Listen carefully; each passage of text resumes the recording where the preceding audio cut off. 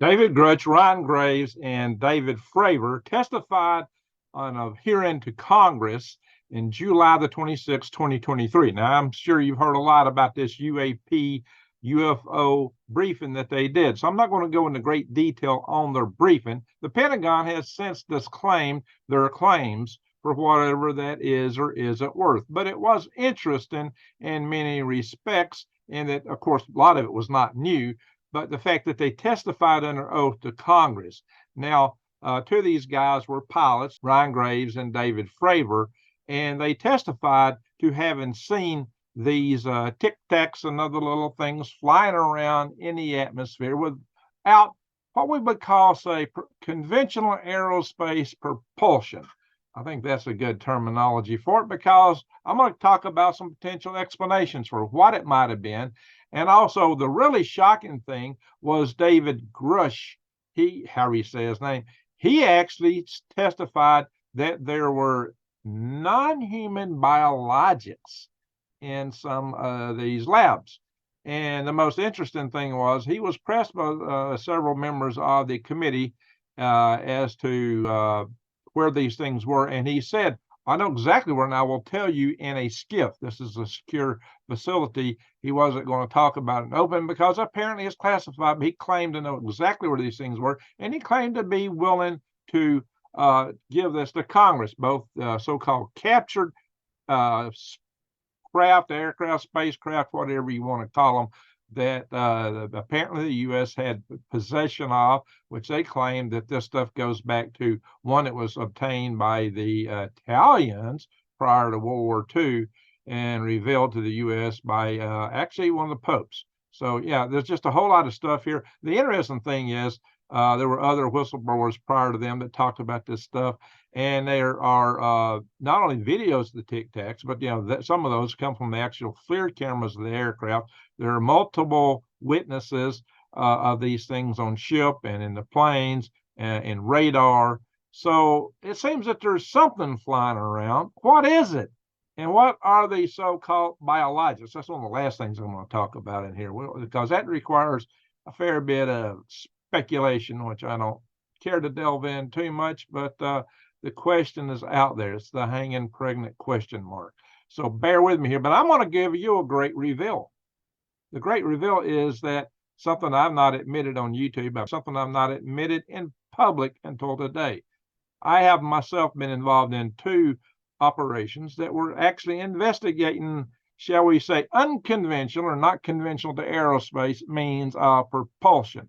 Now, you might recall I've done videos on my channel talking about this stuff, this technology. I've got 3 videos talking about anti-gravity technology, and those are my most popular videos to date. So I want you to see those. If you've not seen them already, I'll show you that in a minute. And we'll talk about a little bit about some of my ventures. We'll talk just a little bit high level, and we'll talk a little bit about the nature of what this propulsion might possibly be, amongst other things. And then the biologics, well, no, that's crazy. well, I'll touch on that briefly, just ideas, but nothing major, because one of my videos was maybe they don't come from here. So before I launch into all that, though, I would like to give you a little word here from one of my sponsors. This is good for your health, and it comes from space. In 1996, a Nobel Prize in Chemistry was awarded to scientists for discovering a molecule found between the stars. Named carbon-60 or C60, this unique soccer ball-shaped molecule has potential for scientific breakthroughs ranging from astronomy to medicine. But this mysterious space molecule's distinct structure and size had another fascinating attribute: its ability to neutralize toxic free radicals and lift a cell's oxidative burden makes it the single most powerful antioxidant yet discovered. So, we did what any responsible scientist would do. We turned it into a gummy. Discover newfound energy, mental clarity, better performance, and even faster recovery time with C60 gummies. And I have one. You can get these at shopc60.com and get 10% off with the code GreenGregs10. GreenGregs10. It'll be in the show notes below. Wow. And this one's tart. This is wild cherry. It also comes in coconut oil, avocado oil, and cinnamon. So I'll just give you a little bit more background about these guys and their testimony. One of the things that Graves had said is that, now this is from Favor, there were no motors, no rotor wash, or any visible light, control surfaces, or wings.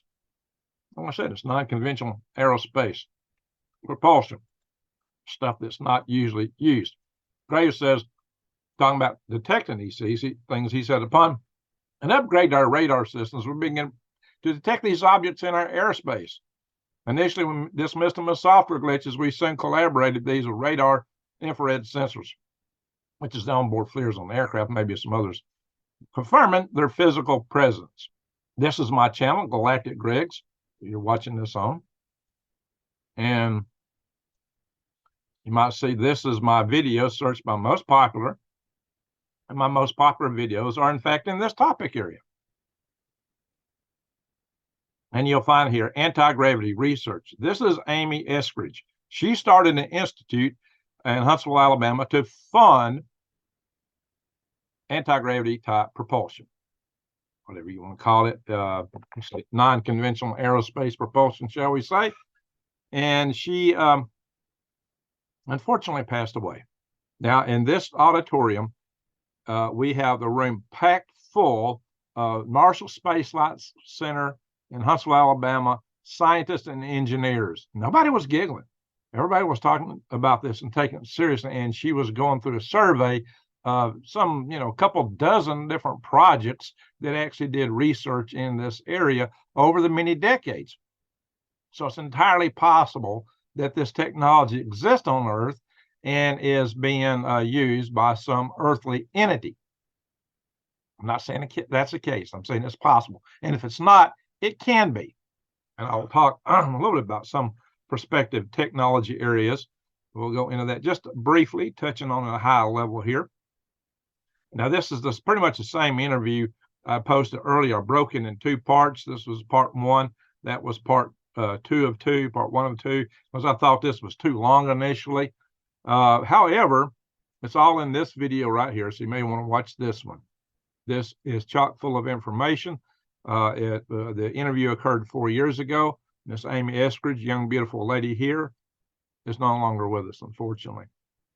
And the funny thing in there, we talked about Ning Lee, who's also been in Huntsville doing anti-gravity research, and she's passed away too, apparently from natural causes. And, you can see I've done a lot of stuff in here. Oh, yeah, by the way, I've done rockets myself quite a bit. There's some videos of some of the rockets I've done in here. And if you scroll down, you will find this video, which you might find great interest in, not from space. In this video, I make the case that so-called aliens are not from space, because we should be looking up, given conventional physics, and how we expect a space civilization to develop, and see Dyson spheres surrounding most of the stars, or some other grand mega project evidence that civilizations exist out there, and we don't see it, which is a great Fermi type paradox. If you know what Fermi paradox is, like, that's the paradox of given all the time in the universe, we should be overrun by aliens by now. And some people think we are, and they think this is the answer. So what's the case? Of course, if aliens have this kind of technology, they possibly could be here. I was once a great fan of philosophy that, why would they build spacecraft with such great energy and travel such great distances over such great time to come to Earth and play hide and go seek with us? That kind of a question. But it may be that don't take as much energy, and there may be other answers to it. And I'll get to that toward the end. I'm going to save that for last. I'll talk about Terence McKenna and some other things. Okay, guys, let's talk about the universe, technology, and such. What we find is one of the things that we are taught is we cannot exceed the speed of light. But the speed of light itself is a very interesting proposition. Why is it so-called constant at that speed? It turns out that the speed of light is equal to 1 over the square root. It's equal 1 over the square root of epsilon naught times mu naught. Now, epsilon naught is the permittivity of free space, and mu naught is the inductance, basically. It's the permeability. Inductance is free space. So this is the electric, and this is the magnetic property of free space. Now, this is pretty much the same form of an equation you have for the resonance of a resistive, inductive, capacitive circuit, RLC circuit. 1 over those terms is the electric and inductive terms. So it'd be HC for electric, with R at the top is a constant. So, and that R can also be related to, and it's often expressed as relations of 2 pi and things like that with your electric frequencies. But this is an interesting equation to find. What it tells you is that space, vacuum space, which we're told is nothing, is something, because vacuum space has properties. It has impedance. How can nothing have impedance? I think it's like 300 ohms impedance measured.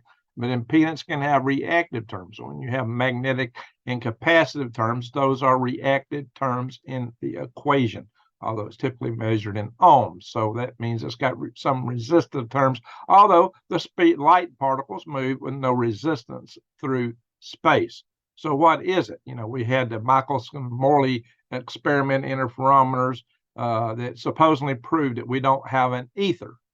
But there is something to free space. It has characteristics, it has properties, and this may govern the way that we can move through space without conventional aerospace propulsion. Once you understand what vacuum space actually consists of, once you figure out how to modify that. So we're going to go over here for a second. Now, just straight old conventional physics, the most conventional physics term in the world is F equals ma. And most of you should still know this from way back in high school. This is a Newton equation. You know, Sir Isaac Newton came up with this back in, I guess, the 1700s or earlier, whenever he was working. Yeah, it was earlier than that, much earlier. So, excuse me, F equals ma. Well, if you want a high acceleration to be able to travel close to the speed of light or maybe beyond it, you want to solve the equation for acceleration. A equals F over m. Now, what if you could, now see, here's one of the things I observed about these so-called spacecraft, Tic Tacs. They bounce around, bing, bing, bing. The acceleration forces in them are off the wall. If there were a human pilot inside and they were having to deal with inertia, when you do a right turn at, you know, umpty 100 miles an hour, you would be turned into instant jello on the cabin wall. Not even jello, you would just be a smear. Your whole body would, and smear would be all that be left of you. You would be jellified. It would totally destroy your body unless you could get out of inertia space. Now, if you could get out of inertia space, that would change a lot of things. We are moving along as part, you know, we have inertia. We're part of the universe we're in, and we react to it. So, and we have forces that react within it. Well, what if you could decouple from inertia space and basically bring the m down toward 0? And pre-calculus, you have something called a limit. It's a way of teaching differential equations. A limit is where you drive one of these values incrementally to a different value.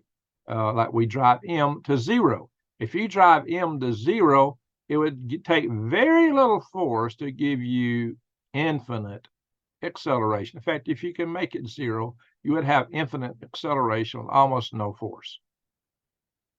Not only that, but you wouldn't get smacked up against the cabin wall if you could drive it to 0. If you could decouple from the inertia space you're in. Greg, that's impossible. How do you do that?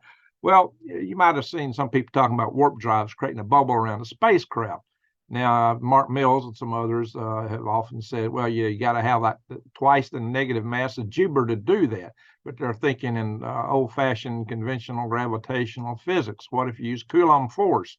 Coulomb force is much stronger than gravity, much, much stronger. So if you could put the right kind of charge density out into space, you might warp the space around you and create basically a bubble that isolates you because of the tension, the sheer tension you're putting in the vacuum space around you, space-time. The tension you're putting in space-time might give you a bubble that isolates you from the space-time you're in. And suddenly you're not part of that system. So you're not really traveling against the speed of light in that system. You're in your own little universe of sorts, and you're not reacting to that system with inertia. Your mass has gone to essentially zero, and you could move at great velocity if you could do that. Now, these are big ifs. It's kind of like, if a frog had wings, it wouldn't bump its rear end when it hops. Of course, my brother always said, but the frog's got legs and it don't walk. So come back for everything. So like I said, it is a big if. So I actually have worked, one of the later venture I worked with, we were working on ways to change inertia. I'm not going to say any more about that because that venture is still theoretically possibly active. So no more to be said about that venture. I'll show you an earlier venture I was involved in right here. Transdimensional technologies. For a brief period of time when this group got started, I was the president of it. It no longer exists as an organization, but I headed this up. Now, I wasn't the chief researcher. I wasn't the chief scientist. The chief scientist in this project, a physicist, was taking an approach which, was very similar to the Biefeld-Brown effect. And I said to him, hey, I think this is really ion wind, but I thought, hey, if we got a good power supply, I could use ion wind for propulsion.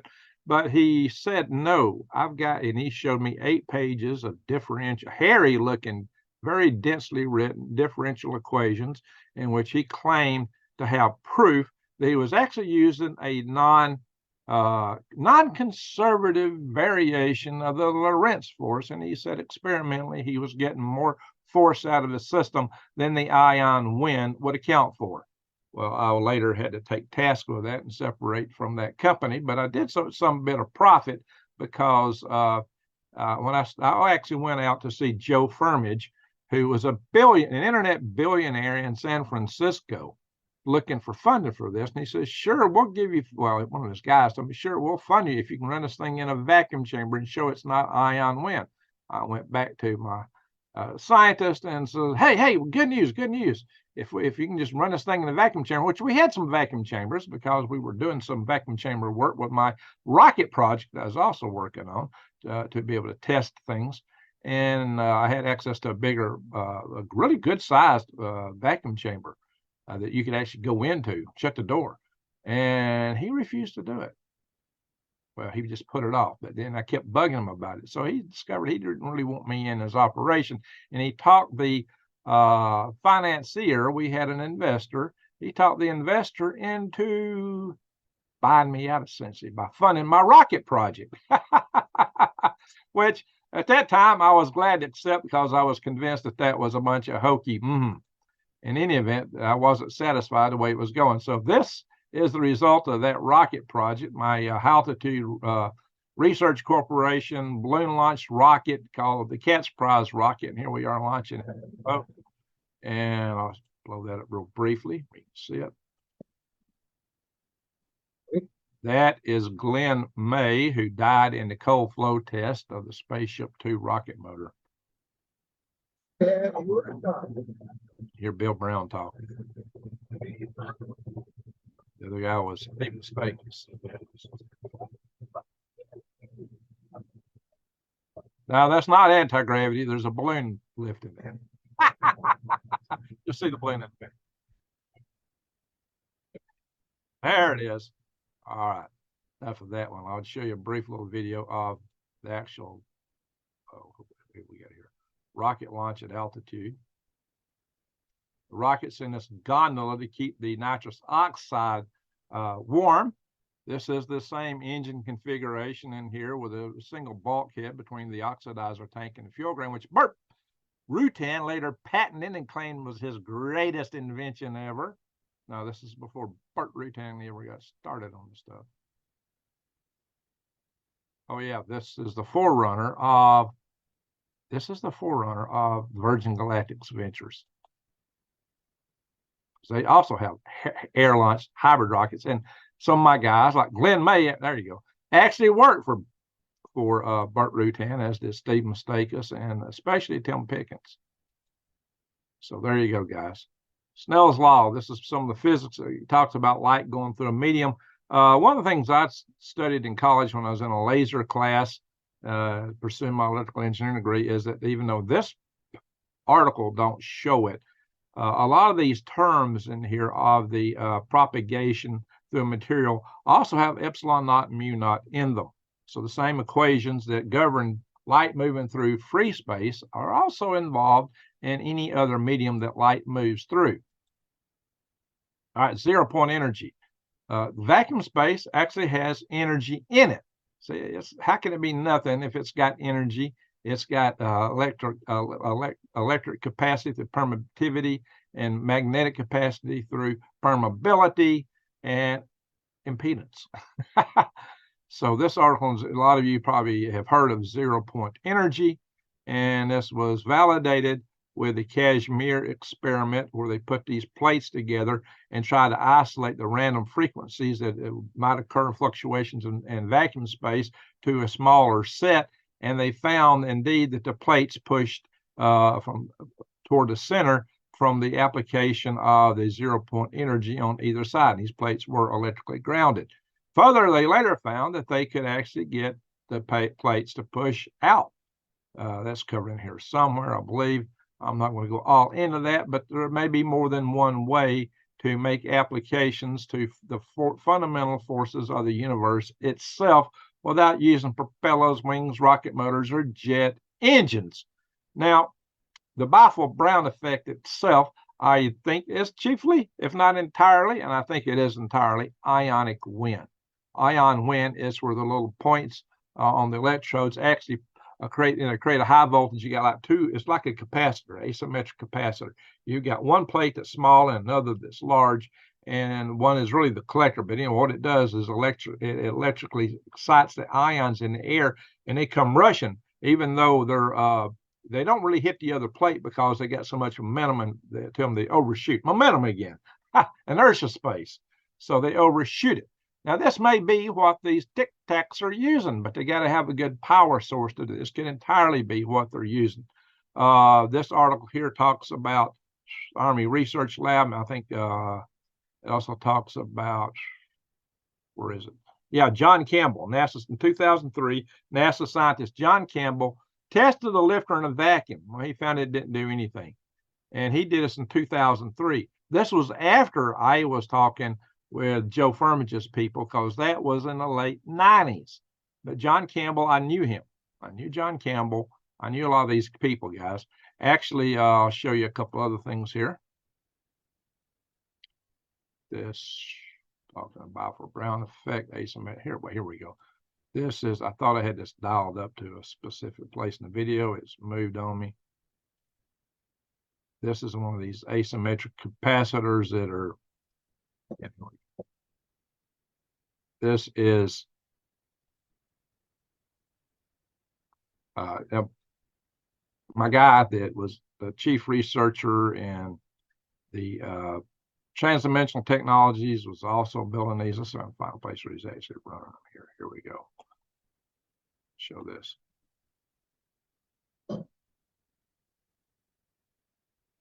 This is using ion wind.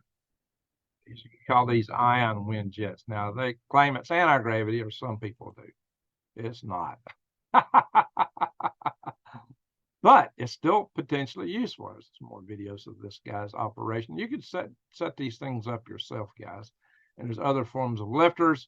Like I said, Lorentz force is what the so-called chief scientist of my little operation was claiming he was using. This is Jean-Louis Naudin, however he says his name. He did a lot of research with these lifters back in, 20 some odd years ago. A lot of video. He had some idea for a large craft that he might build out of that. He did some extensive work with the lifters themselves, including very large cells all gained together, multi-level. He did a lot of work with this. So he's got plates rotating. Also, I believe Hector Serrano was the guy who first did the little rotational thing I showed you earlier. So, yeah, I know Hector Serrano. I used to talk to him. Now, here's what I wanted to do. I thought, hey, well, this might be useful to actual aircraft. MIT come up with this system. and they actually test flew it. What you need is a heck of a power supply, though, to make this work. Here it is. Quite soon after, which were there we go. Which this voice here. Yeah, see, there it's flying in a lab. In a lab. So, well, you know, they did a lot of work to get that thing to fly, but it does fly. But you got to have a heck of a power supply to fly something like that in any sustained period, especially if you're going up in the atmosphere. Now, my good friend John Powell tried to put this on a balloon. He also was one of my friendly competitors in the world of rockooning, developing rockets to launch from balloons. Now, I like to use the big scientific balloons. He liked to use smaller balloons ganged together on trusses and things like that. But he had an idea for a large airship. I've got airship ideas too, but mine are different. He called his the Ascender, and he built one of these. And they tried to use ion wind to drive it, and it just wasn't powerful enough. Mike Smith, the head engineer from Aerostar, just cringes. He gets mad at the very notion of using ion wind to drive these things, because I guess he had a very unhappy experience with it. So they did experiment with this. They did get a SBR or something to get a little money to make this work, but it didn't really pan out as he intended.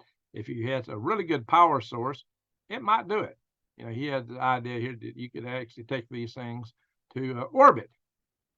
Imagine if you fly a balloon to orbit. So this is kind of a step in the way. Oh yeah, don't that kind of look like the TR, was it 3? So there you go, guys, but it's not. So just give you a little idea. Well, in vacuum space also, you got the idea that Dirac came up, Paul Dirac, probably in the 1920s or 30s, on a pair creation and alienation of vacuum space itself, the fluctuations that exist in vacuum space. So I've had my fingers in directly in two different ventures that delved into electro-gravitics, you might say, non-conventional aerospace propulsion. One I'm still kind of sort of connected to a little bit, but it's not active. I've been in Ning Lee's laboratory. One of my guys who worked for me in my rocket projects doing avionics development and building, he actually worked both for TDT, even after I left, and he worked for Ning Lee. He worked for both of them. So we've had some interesting experiences. We've had some fun. So when Amy Eskridge came out with that, I thought, wow, this is great. I've got to be here. And that was the very first video I put on this channel, was on that. But she asked me, it was about to go viral, and she asked me to take it down because she was getting more attention than she wanted. She liked it at first, but it was too much attention. So the bottom line is this. These things we see in the atmosphere, it's possible they may come from something that's not human, but it's also quite possible that it's got a human origin. The so-called non-conventional aerospace propulsion research has been going on just by regular citizens in their garages for 100 years. 100 years. Maybe somewhere somebody figured it out, or maybe somebody with real money in a big lab figured it out, because we think that it's really suspicious. These people tend to either get discredited or disappear. Some get planted when they disappear, and some just poof. Ning Lee disappeared for a while, but we found her grave here in Huntsville many years later. That's part of the subject of the video with Amy. What happened to Ning Lee? Yeah, it was all over the internet. What happened to Ning Lee? Ning Lee used to come out to our rocket motor firings that we used to run. So, yeah, so I've done rocket motors, and I've delved around with this other stuff. And I got another friend who's also wanting to delve in this area. I'm not going to give too many names out here because it's dangerous. The guy who invested in my outfit had a partner who, in his investment company, who died in a plane crash in Truth or Consequences, New Mexico, which is a place I used to go to look for putting a rocket company myself at one time, to be, because they had all these so-called benefits it would give you for doing space tourism, space research stuff back in the old HARC days, Altitude Research Corporation. So I have delved in many potential ventures over the years, and these are some of the things I've looked at. So now to talk about the biologics. Well, Neil deGrasse Tyson likes to say that, well, anything other than human can be a non-human biologic. That's what Grutz talked about, non-human biologics. We have non-human biologics. So maybe they got bacteria growing on the surface. Well, it might be more than that. I did that video, Not from Space. Now, the thing is, and it was based on this idea that, advanced civilization would probably build these large Dyson spheres.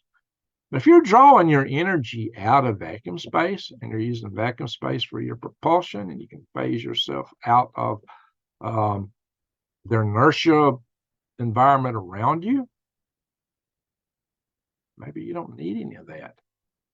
You don't need any of that at all. Maybe you can create a gravity. Maybe you don't even need a spinning habitat, making the centrifugal equivalent to gravity, which I think is still a fine idea.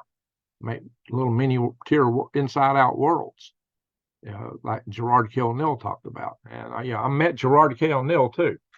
This is me presenting a HAL 5 plaque.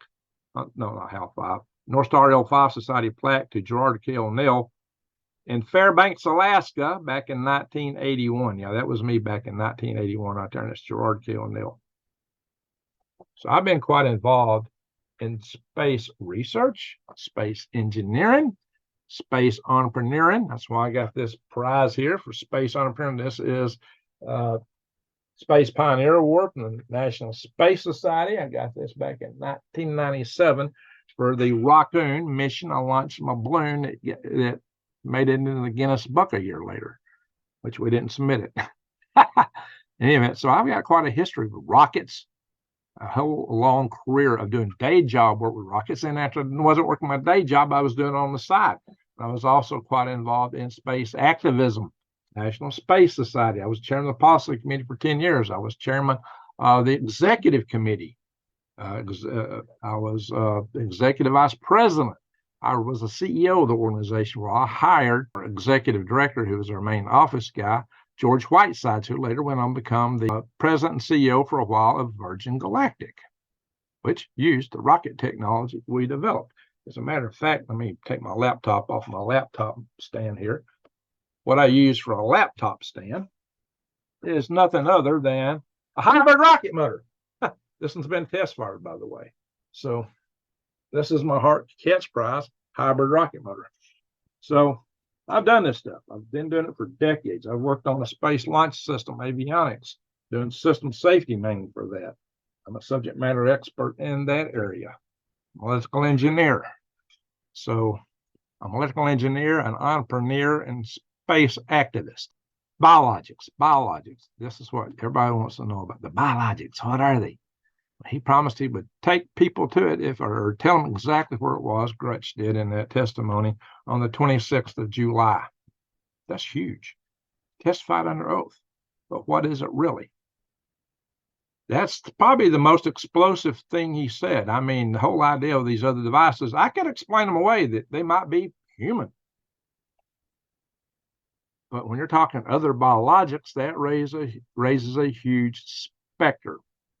Now, indeed, if you can isolate yourself from the inertia space of space-time, that means you're out of space and time, then you might traverse the universe in ways that are meaningless to the time and space as we know it, which means you might be able to go between stars, in manners that we would consider very fast.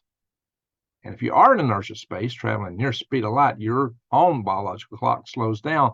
So you could go great distances and not age the same. But if you're not even in the inertia spaces, all that's off the wall. That's don't even count anymore. James Oberg used to write, though. James Oberg was the writer that I used to kind of subscribe to, saying it was goofy that a civilization would, with great energy required, and it takes enormous energy with rockets to travel from star to star. Incredible, insane amounts of energy. And time, traveling the best you can do with a rocket, it would take you, maybe 40 years to go between the nearest stars if you could get a tenth the speed of light. So he said, why in the world the civilization put all that time and effort in to come over here and play hide and go seek? So there's something else to this, something else to it. Do they actually come from out there? I don't know that. They have reportedly, according to people who witness this phenomenology, and I might know more about that, I'm not going to talk about it, but reportedly, they have the ability to pop in and out, like of a building. These craft have been seen to go poof, just disappear, appear, disappear. Some people think they are kind of the name of that venture I started back in the late 1990s, transdimensional, using transdimensional technologies. Oh, yeah, one of the guys in the lab at Transdimensional said when they were running one of these devices that out of nowhere, a bolt just fell out of it. It didn't have a bolt in it. There's no bolts in it. He says, like out of nothing, a bolt just fell through. And it really spooked him and everybody else in the lab. It hit the floor and went bang. I looked around. What is that? There's one guy watching. And like, holy smoke, it came out of nowhere. And he could have been having some fine hallucinations. I didn't see it myself. I wasn't there when that happened. I will not swear to that. I'm just telling you what somebody claimed. But in any event, big claims require big proofs, right? I haven't seen or heard of anything like that elsewhere before or since. So maybe some of you have, and you might share it in the notes below, because some of you probably delve with this stuff that would be watching this video. So the biologists, let's go back to that. They could be beings from other dimensions that are like right here. Some people think they may be from our future. It might be some future version of a highly modified humanity that kind of fell into the hive, are thought to have hive minds. Some of these so-called entities that are known as grays are even thought to be biological robots in a hive mind. Guys, what they are, I don't know. A lot of people reportedly have very strange experiences. Now, whether you want to believe that or not, I'll leave that to you at this point in time. Maybe I'll talk about that more at some distant point in time, but we'll let that steam and stew for a little bit. But they could be from other stars. That's possible. It's possible. We can't rule out. But what really worries me is the phenomenology associated with these things, how they, the ones that appear to people, seem to have a lot of the same characteristics of the phenomenology that has been described for almost 2,000 years of entities known as succubus and incubus. Also, the sulfur smells popping in and out, how people are affected, the so-called sleep paralysis, which actually there's an associated buzz with that, kind of like a microwave buzz, which could be a synaptic interruption technology instead of the normal sleep paralysis that somebody has when they're sleeping. It may have the same effect. I don't know, guys, but there's reports of veils in the atmosphere, just even explained by the so-called vision of George Washington. He had supposedly a vision at Valley Forge, which fits in the same phenomenological realm. Now, guys, I'm not saying any of this is what it is. I'm just talking, we're speculating, talking about things people see and hear and report. Whether it is or isn't, I'm not going there. But what really makes me wonder is this: are these things equivalent to what are typically called demons? Maybe some of them are angels. You got to remember in the Bible, Israel got his name Israel from wrestling an angel, physically wrestling him. These things would appear with physical bodies. Oh yeah, the visions of Daniel. The wheels within a wheel, and beings, physical beings. Don't know, guys. You tell me what you think. I don't know. I'm just telling you that these beings are reported to be physical, but they seem to have a transdimensional aspect of being able to pop in and out according to the people that claim to see them. And there's so many claims, it may have to make you just stop for a minute and go, what is it? Given that we see stuff flying around the atmosphere, given that we got Gretchen's report of non-human biologics, like Neil deGrasse Tyson said, it might be a cat or a dog. Maybe they weren't piloting the craft. Maybe that was their version of the monkey that we used to send to space, right? Or Russia's dog, Latvia. I don't know, guys. This is highly, highly strange. Oh, yeah, by the way, I know Travis Taylor personally. He got me into a Nat Geo movie once called When Aliens Attack. I thought I was going to be talking about how to use balloons in a conventional sense to take on. And he went into a different direction with it. And I thought, I ain't talking this. I left before I was to have my interview, but I was in the movie launching balloons. It was Nat Geo special When Aliens Attack. I don't know if you can find it anymore. It actually had Barack Obama in it. He interviewed for it, and a lot of top officials of the Defense Department. I thought, man, if these guys knew where this was going, would they have interviewed in it? I don't know. Some things I don't want to have my face in, or at least me speaking. And that was one of them. I just didn't want to go there. Now, Travis is an interesting guy, very interesting guy. And he's, I don't know, he's out there at Skinwalker Ranch right now, believe it or not. But I know him. I got his phone number on my phone. So I've met a lot of interesting people, and I will bring you a lot more interesting reports here in the near future. I hope you enjoy this. If you do, subscribe to my channel, bang the notification bell, and click all. And with that, I'm going to say thank you for watching, and Greg out.